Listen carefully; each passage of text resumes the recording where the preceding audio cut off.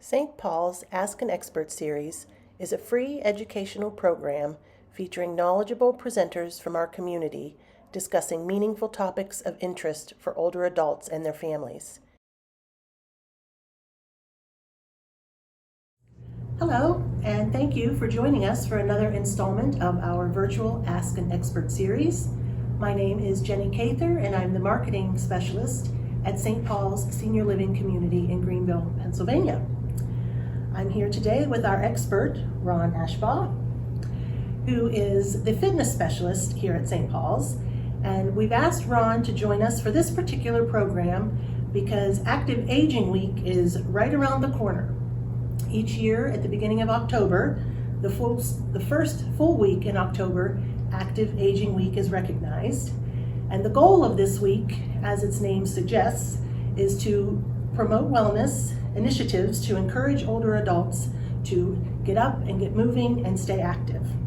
And since Ron is our all-around wellness guru here at St. Paul's, he's out in the neighborhoods every single day with our residents, helping them to keep moving. We thought we'd bring him to you so he could share some tips and information on wellness and being and staying active. So thanks for being with us, Ron. Thanks for having me. We're looking forward to hearing your expert advice. And since we're filming right here in Ron's office, which is the fitness center in the Villas, maybe a little bit later you'll demonstrate some of the things you're going to talk about, if that's okay. I'd be glad to. All right, so why don't we start just simply by talking about and highlighting some of the specific benefits of staying active as we age. Sure. You know, as you age, there's so many benefits to being active and staying active. I'm just going to go through a list of them here, and we'll talk a little about each one of them. The first one is preventing disease, such as heart disease and diabetes. Exercise also can improve your overall immune function, and as you get older, you're more susceptible to diseases and illnesses, and exercise can boost your body's ability to fight those off. Another great benefit of exercise is improved mental health. So many times, you know, when you're aging, you're maybe lonely or you don't have a lot of people to meet up with or talk to or anything like that. And exercise can improve your mood by producing endorphins, which is like the feel-good hormone in your body. So you just have a better mood, a more brighter outlook on life. It also assists you in improved sleep. As we age, we tend to have more difficulty sleeping or interrupted sleep, and exercise can help you sleep more soundly and throughout the night. A huge benefit of exercise as you age is decreased risk of falls. I mean, probably so many of us know someone who's fallen and had such a hard time recovering from that accident. It improves your strength and flexibility and also improves your balance and coordination. And when you do fall, as you're advancing in age, it takes a longer time to recover from the fall. So everything you can do to avoid having the fall in the first place is a great benefit. Social engagement is another part of exercise. It's a huge benefit. And going to a fitness club or having a walking group or even being part of a gardening group or anything like that is like a strong social event where you get to go out and meet people and share something that you all enjoy together. Improved cognitive function is another benefit of exercise. Studies have shown that you can greatly lower your risk of dementia by following a regular exercise program. Very important. Lots of good information there, Ron. Thank you. So last week when we were talking about this interview, you brought up something very interesting, and that was knowing the difference between activity and exercise, which I thought was a good way to put it. So do you want to talk a little bit about the difference? Sure, I'm glad to. So many times as exercise has become more and more a chore for people to accomplish, the standards of what exercise is has been lowered to the point where anything that you're doing that's not laying on your couch is considered exercise and activity. While I don't want to give you the impression that everything isn't good to do, I do want to try to give you the difference between activity and exercise. And the best way that you can distinguish these two is with your heart rate.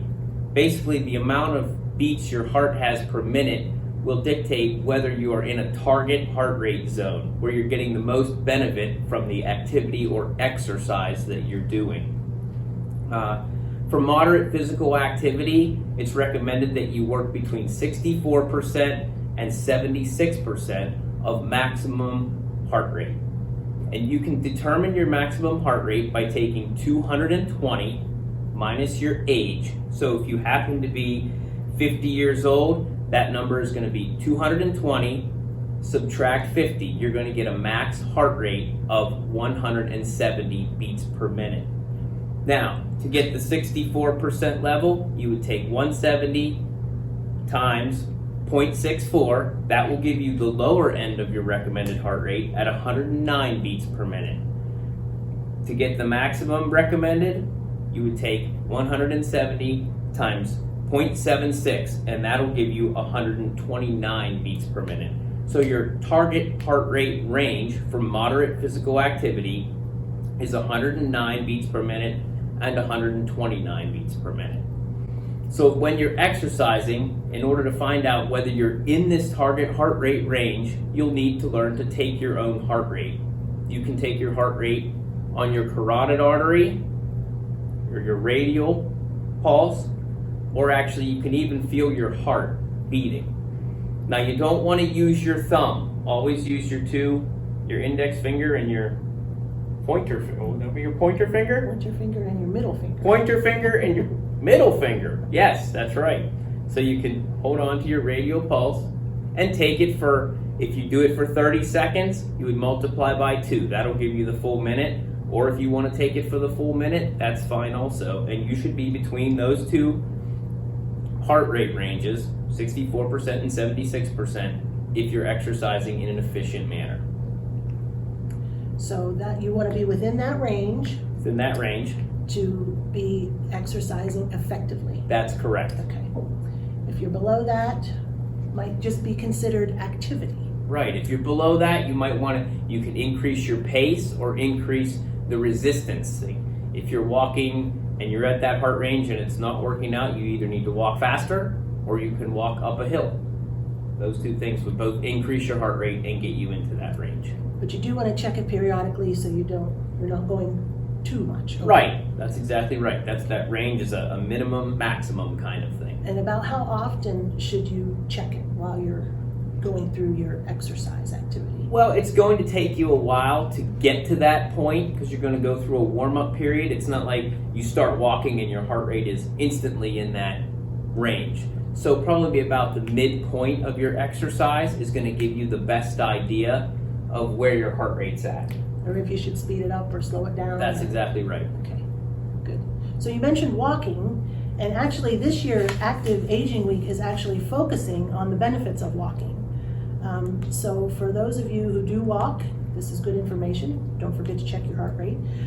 For any of you who might want to start a walking program or a walking regimen on a normal basis, Ron, could you give us some guidelines as to how to begin that, or some things to keep in mind if you are walking on a regular basis for exercise? Sure. Walking is such a great activity for almost everyone because it's low impact, but it's also weight bearing. And you can do it anywhere, and it doesn't really cost you anything to participate in walking. So one of the first things that I'd recommend is either join a walking program or walk with a friend. I see that a lot of times around campus, husband and wives walking together, friends walking together. It just helps the time go faster. It's safer if something maybe would to happen, and it's a great way to meet people. If you are having trouble walking outdoors, we don't often have the most perfect weather. There are options that you can take advantage of. I've seen people walk at the Shenango Valley Mall, and also the Teal Dome is open Monday through Friday, 8 to 11 a.m. in order for people to walk inside there. In inclement weather. In inclement weather, that's right. Something else you might want to consider is wearing the correct shoes. A pair of tennis shoes is generally just fine as long as they're comfortable and don't give you blisters. And if you have foot problems, you may want to look into orthopedic shoes or talk to your healthcare provider. Tell them that you're going to be starting a walking program and see what he would recommend. If you happen to walk with a cane or a walker, don't let that stop you. You just have to stay in a safe manner, walk in even terrain, and be aware of your surroundings. But it can take some of the help off your joints if you have something to support you and help your balance.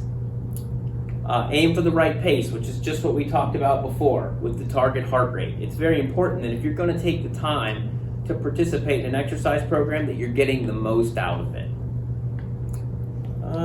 Also, if 3 tips for safe walking: be aware of your surroundings. You're probably going to want to walk in the daylight in well-lit areas so you can see what's in front of you and what's underneath you. You want to avoid obstacles, uneven surfaces, and other tripping hazards, because the last thing you want to do is get hurt while you're walking. Keep hydrated while you're walking. You may want to bring a bottle of water or low-calorie liquid with you so you have something to drink. And dress properly. Dress in layers so that you're not too hot or not too cold, and if you happen to get either or, you can adjust with taking off or putting on different pieces of clothing. Good tips. A couple of those I wasn't even considering. So you did speak about the weather, which is another thing I wanted to talk about, because where we are located geographically, northwestern Pennsylvania, we have kind of a finite window to enjoy outdoor activity.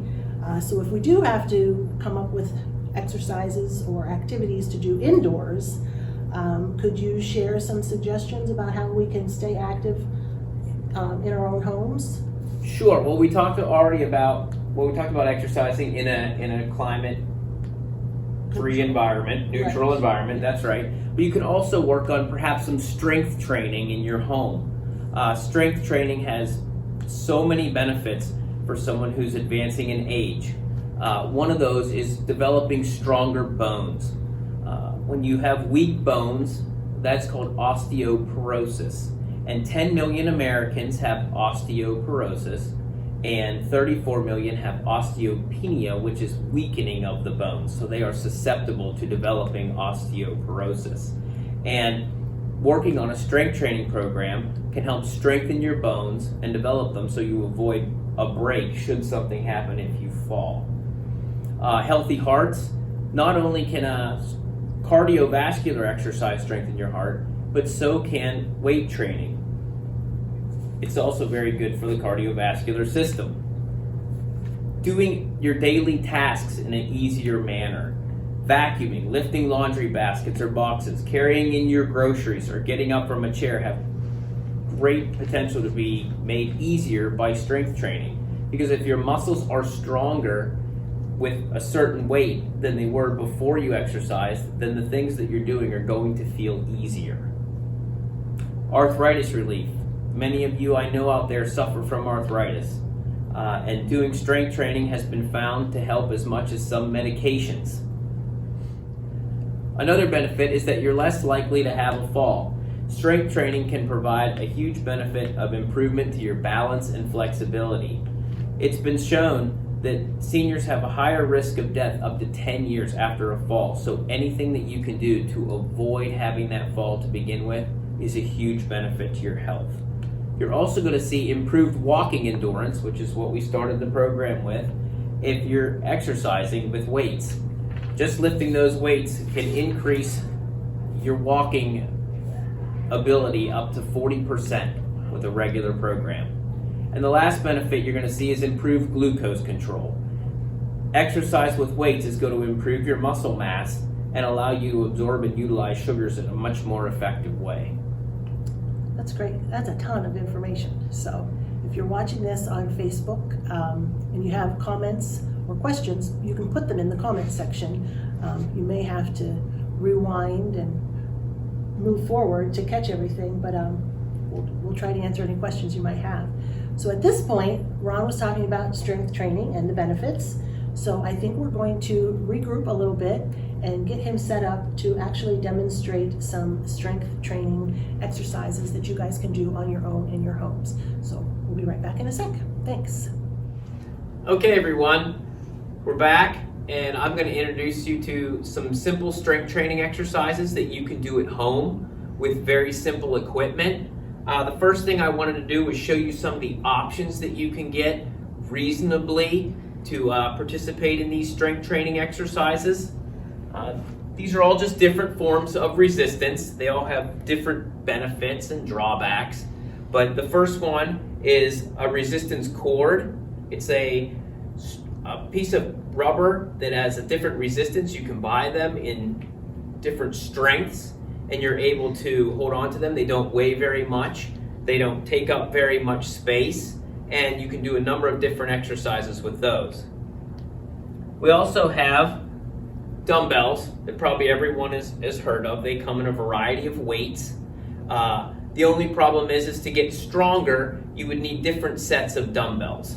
So you can do all the exercises, but as you increase strength, which is very important, and that's why we're actually participating in strength training, you would need to move up in weight, which would constitute purchasing different sets of dumbbells as you go. And there's also the weight bar, and these can sometimes come in a barbell that you can add weights to. It comes in small sections down to 2.5 pounds, and you would basically adjust the weight on the bar for what weight you needed for the exercise that you were doing.